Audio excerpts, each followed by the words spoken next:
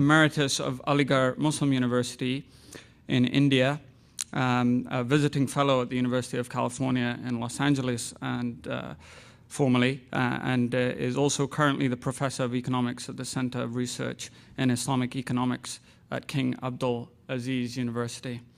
He has a Ph.D. in economics from Aligarh, and he has been the recipient of numerous awards, including the King Faisal Islamic International Prize for Islamic Studies, and he's been the author of dozens of books, including Muslim Economics, Banking Without Interest, and the Role of the State in the Economy and Islamic Perspective. We also have Reverend Lindsay King from our very own Canada. He completed undergraduate work in philosophy and psychology at Mount Allison University and completed his theological training at Pine Hill Divinity Hall in Nova Scotia.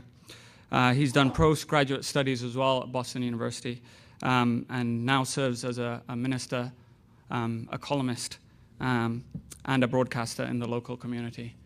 And last but not least is one of the world's most well-known scholars, Dr. Sheikh Nizam Yaqoobi. He's the advisor to numerous Islamic banks and companies, including the Islamic Investment Company of the Gulf and the Dow Jones indices. He pursued traditional Islamic studies in Saudi Arabia, India, and Morocco, and he has a BA in economics and comparative religion from our very own McGill. He's also pursuing a PhD from the University of Wales, which I believe has been outstanding for many years now because he's so busy. And with that, I'd like to invite the three members up to the panel.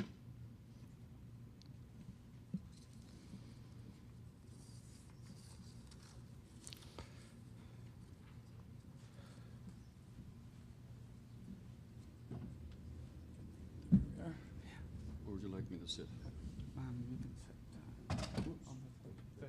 Right here?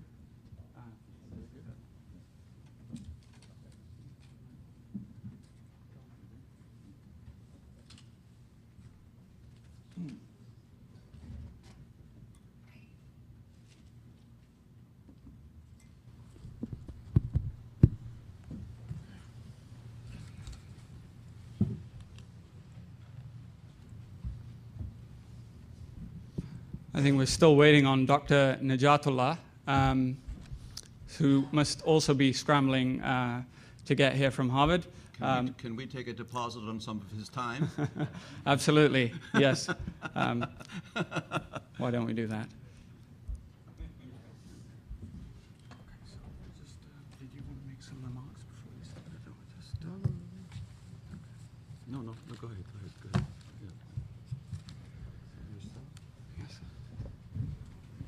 Okay, I believe there was a bit of a tussle about who would speak first between these two religious numeraries, and I think Sheikh Nizam is going to begin. Bismillah ar-Rahman. Use up there. Can we maybe use up there? Yes, you can use up here. I'd like or to here. stand when I speak. No problem. Okay. Bismillah ar-Rahman ar-Rahim. Alhamdulillah wa salatu wa salamu ala Sayyidina Rasulullah wa sa'iri anbiya'illah. Good morning, ladies and gentlemen. Assalamu alaikum wa rahmatullahi wa barakatuh. I am very happy to be here in Toronto. I am always happy when I come to Canada because I remember my student days. Although joining the grandfather club now, it is very difficult to assume that you are still a student.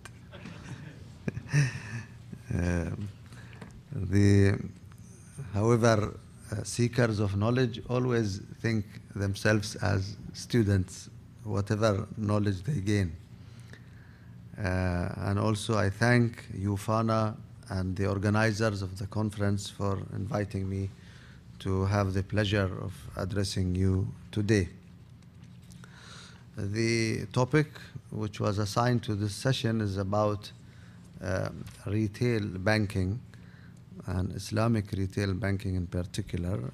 I will share some thoughts on this matter although I am not a specialist in the retail banking from the technical side. However, from the Sharia practitioner and one of the scholars involved in approving many of the retail products and having some experiences worldwide in establishing Islamic retail banking, which I like to share with you.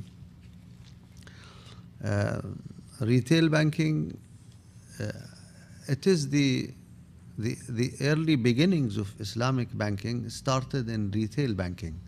It was specifically to address the needs of the communities in the retail banking. And for example, the first Islamic bank, which was established in 1975, the first full-fledged retail banking. It was a retail banking, which is Dubai Islamic Bank, started at 1975.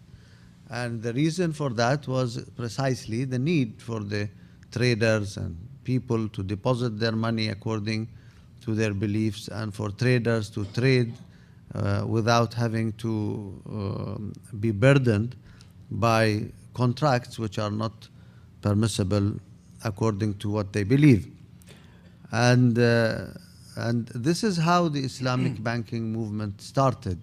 All the other banks, the investment banks, the banks serving the high net worth people, as it was mentioned by Professor Aznan earlier, these all came later, and it was as a growth of the initial retail banking movement. In modern times, we have seen many international firms and multinational companies. They were more interested to serve the banking community, the finance community, and to cater for their needs, but not to cater for the needs of the retail banking in their own countries. And for example, in Paris a few months ago, I mentioned this precisely. I said France has many international banks like BNP and Crédit Agricole and Société Générale, and they all have Islamic desks, but not in France. In Bahrain, for example, my home country. And I happened to sit on some of their boards. So they were catering for, the needs of the other international banks and Islamic banks. However, their own community, which needed a lot of services, were not catered to. So this is a deficiency which has to be, the gap which has to be filled. In Arabic, we have a saying, we say, كالعيس في البيداء يقتلها الظما والماء فوق ظهورها محمول. It's one verse of a poet. It says, roughly translated, like the camels carrying water in the desert and dying of thirst, not knowing that the water is on their back, So, because we used to use camels a lot for carrying things.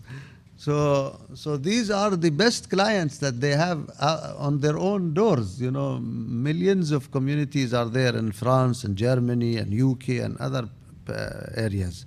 So catering for the needs of the communities, these communities will not feel the effects of Islamic finance and the alike unless it was catered to their needs. I was going from the hotel to one of the conferences in one of these countries, and the driver happened to be a Muslim, and he asked me, he said, when you are going to establish a bank that we can take finance for our cars and homes and so on. So there is a dire need from the communities to have retail banks, because most of them, or many of them, or a big proportion of them are not willing to compromise their beliefs